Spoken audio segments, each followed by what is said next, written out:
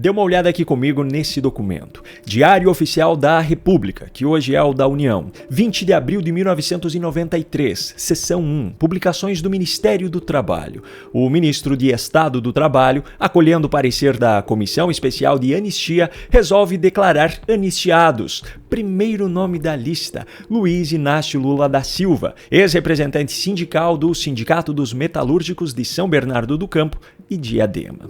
Com isso, Lula passou a receber uma aposentadoria de anistiado. Segundo a informação mais recente que eu encontrei, o valor mensal dessa aposentadoria recebida por ele era, em 2021, de R$ 10.354. Isso chegou, inclusive, a ser contestado em uma representação enviada ao Ministério Público Federal em 2009, mas o próprio MPF no Distrito Federal apontou que o benefício recebido por Lula era legal. Agora, por que eu estou mostrando tudo isso? Porque na manhã dessa quinta-feira, Lula concedeu uma entrevista exclusiva à Rádio Tupi FM, do Rio de Janeiro. Em determinado momento, ele foi questionado sobre o projeto de lei que prevê a anistia para os presos políticos do 8 de janeiro. Sobre isso, Lula respondeu o seguinte: O senhor acredita que o Congresso aprovará a anistia? Olha, o que é engraçado é que essas pessoas estão se autocondenando quando eles estão pedindo anistia antes de serem julgados. Olha, a primeira coisa que eles têm que fazer é defender a inocência deles. Eles nem foram julgados, eles já estão pedindo anistia, ou seja, eles estão dizendo que são culpados. Só pelo fato deles pedir anistia antes de ser julgado, eles merecem ser condenados. Peraí, se anistia significa que a pessoa é culpada e Lula é um anistiado político, isso não significa então que Lula admite ser culpado, seja lá pelo que for? Se ele é tão avesso à ideia de anistia, por que então não abriu mão da sua aposentadoria de anistiado? Por que recebe até hoje esse benefício? Pois é, só que essa não é a única hipocrisia que eu tenho para mostrar no vídeo de hoje. Enquanto o cerco começa a se fechar contra Alexandre de Moraes nos Estados Unidos, aqui no Brasil novas provas de abusos cometidos por ele vêm à tona e dessa vez ele próprio foi quem divulgou esse material. Nessa quinta-feira, o ministro tornou públicos os vídeos da delação premiada de Mauro Cid e nem é preciso trazer para a discussão o objeto da investigação, o assunto da delação, para que um absurdo seja identificado. Em um dos vídeos que foram divulgados, Alexandre de Moraes, ao ouvir de Mauro Cid algo diferente daquilo que ele queria ouvir, resolve ameaçá-lo com um retorno à prisão, mas estende essa ameaça ao pai, à esposa e à filha de Cid. A fim de possibilitar uma reflexão maior do colaborador com seus advogados, para que esclareça omissões, contradições na sua colaboração, sob pena não só da decretação de prisão, como também da cessação da consequente rescisão da colaboração, e eventual rescisão englobará inclusive a continuidade das investigações e responsabilização do pai do investigado, de sua esposa e de sua filha maior. Essa ameaça não apenas é completamente ilegal de acordo com a legislação brasileira, como ainda vem do mesmo ministro que acusou um cidadão brasileiro de ter agredido seu filho de 27 anos no aeroporto de Roma, na Itália, e desde então vem obrigando esse cidadão e sua família a se humilharem para afagar o ego do ministro. Apesar dessa família ter encontrado como única solução para dar fim a esse caso um pedido formal de desculpas na justiça, recentemente uma perícia independente sobre as imagens das câmeras de segurança do aeroporto, que são mantidas sob sigilo até hoje no Supremo, revelou que o relatório da Polícia Federal sobre o caso, coincidentemente, deixou de fora um pequeno trecho onde o filho de Moraes aparece agredindo o acusado com um tapa na nuca.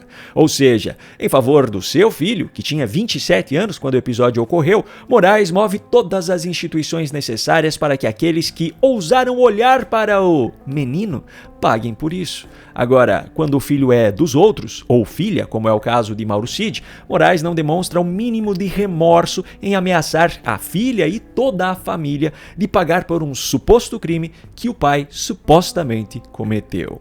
Agora, pelo menos, como eu falei anteriormente, o cerco começou a se fechar contra ele lá nos Estados Unidos. E é justamente sobre isso o material que eu vou trazer agora. Com apenas 4 palavras em uma simples pergunta, um advogado norte-americano destruiu a principal narrativa que a imprensa militante havia criado sobre uma suposta relação entre a ação contra Moraes nos Estados Unidos e a denúncia apresentada pelo PGR aqui no Brasil. O advogado Martin DeLuca, que representa a Trump Media Group e a plataforma Rumble na ação conjunta movida contra Alexandre de Moraes lá nos Estados Unidos, concedeu uma entrevista ao vivo a um programa da CNN Brasil na noite de ontem.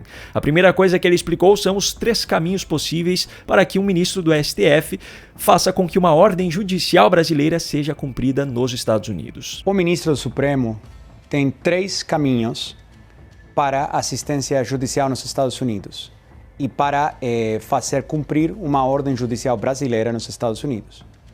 Tem um tratado de assistência legal mútua entre o Brasil e os Estados Unidos, feito desde o ano 2001, se não me engano.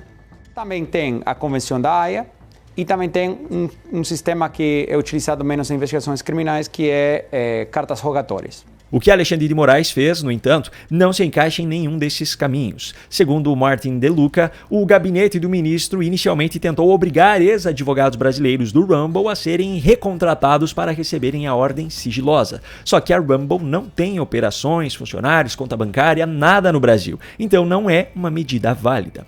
Fracassando nessa tentativa, o gabinete de Moraes no STF resolveu então enviar um e-mail diretamente ao endereço eletrônico da Rumble, que tem sede na Flórida, nos Estados Unidos. Só que essa também não é uma forma válida de fazer com que uma ordem judicial brasileira seja cumprida nos Estados Unidos. Mas ainda tem a questão do objeto da própria ordem. Moraes estava determinando que uma empresa dos Estados Unidos, que não tem vínculo nenhum com o Brasil, censurasse as contas de uma pessoa que reside nos Estados Unidos, o que faz com que ela esteja protegida por e submetida às leis e à Constituição dos Estados Unidos, não a brasileira. A Constituição americana garante a liberdade de expressão aos cidadãos que residem legalmente no seu território, que é o caso de Alan dos Santos, a pessoa que Moraes estava tentando censurar. Na verdade, a Constituição brasileira também garante essa liberdade de expressão, só que Moraes e alguns outros ministros simplesmente não seguem a Constituição. Enfim, Martin DeLuca cita ainda o pedido de extradição que já havia sido feito e havia sido negado pelo governo dos Estados Unidos e que, mesmo depois disso, o ministro ainda tentou ameaçar a plataforma com aquele e-mail.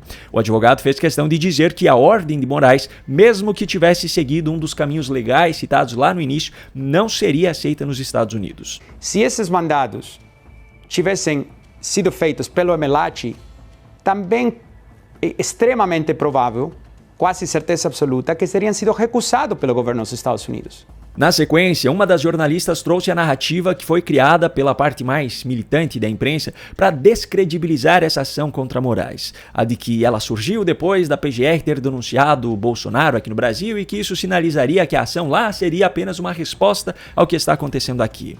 A resposta de Martin DeLuca não poderia ter sido melhor. Há uma relação entre esses 2 fatos? Zora, sabe o que chama mais atenção para mim? Que os rumores sobre a denúncia do ex-presidente Bolsonaro era que ia ser apresentada na sexta-feira dessa semana. Então, eu te faço uma pergunta. Por que foi adiantada?